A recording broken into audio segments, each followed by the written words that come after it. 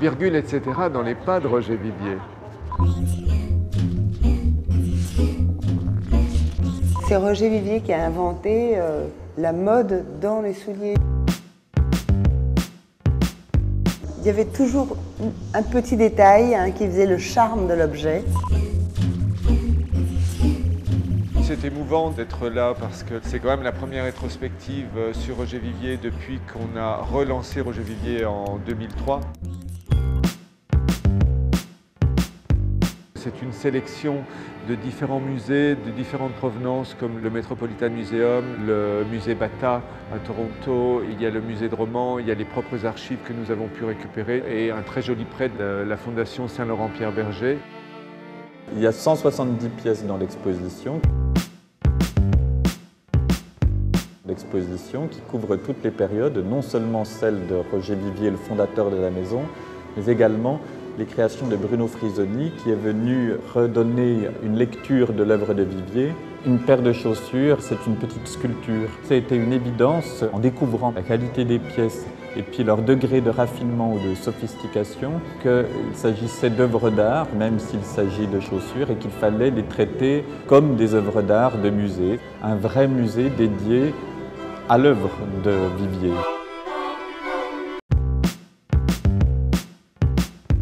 Les trois comme les pieds nickelés, là, comme ça.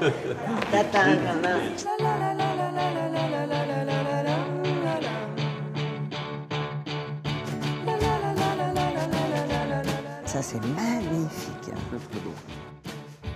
Roger Vivier, c'est d'abord la ligne, c'est d'abord la silhouette. Donc ça peut être la pointe d'une chaussure, ça peut être un talon, comme le virgule, le choc, le talon aiguille, le talon boule, le polichinelle. C'est très très lyrique en fait, très inspiré.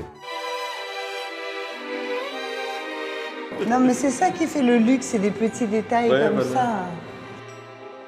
L'esprit de Vivier, c'est beaucoup d'élégance, un peu d'humour, beaucoup de légèreté et beaucoup de savoir-faire.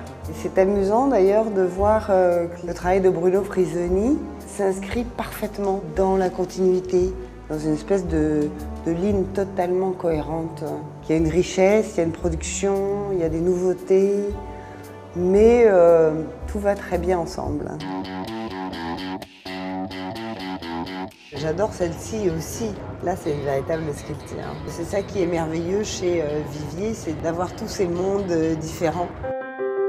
Il y a du sérieux dans l'œuvre de Vivier et puis il y a de l'exubérance. On a introduit aussi ces traits d'humour dans le fait de donner des titres usurpés aux chaussures. C'est devenu très naturel après que des cuissardes constituent la galerie des grandes pompes, que des sandales dites africaines symbolisent une galerie d'art primitif.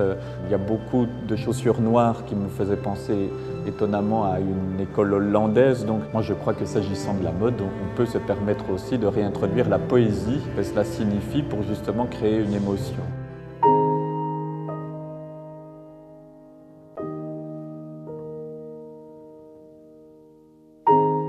Le soulier, quand il est réussi, est d'abord un objet de désir, donc c'est un bel objet de désir. C'est amusant en voyant cette rétrospective comme la réaction féminine spontanée, c'est « oh, j'aimerais les avoir ». Et ça, c'est merveilleux parce que c'est la base de notre travail, le désir des femmes. Ça, bottine, tu fais pas beaucoup, toi. Des bottines lacées. Ça finit toujours comme ça, les conversations avec Inès. Ça, tu fais pas beaucoup, puis alors tu m'as pas fait ça, et puis... Bah oui, bah voilà.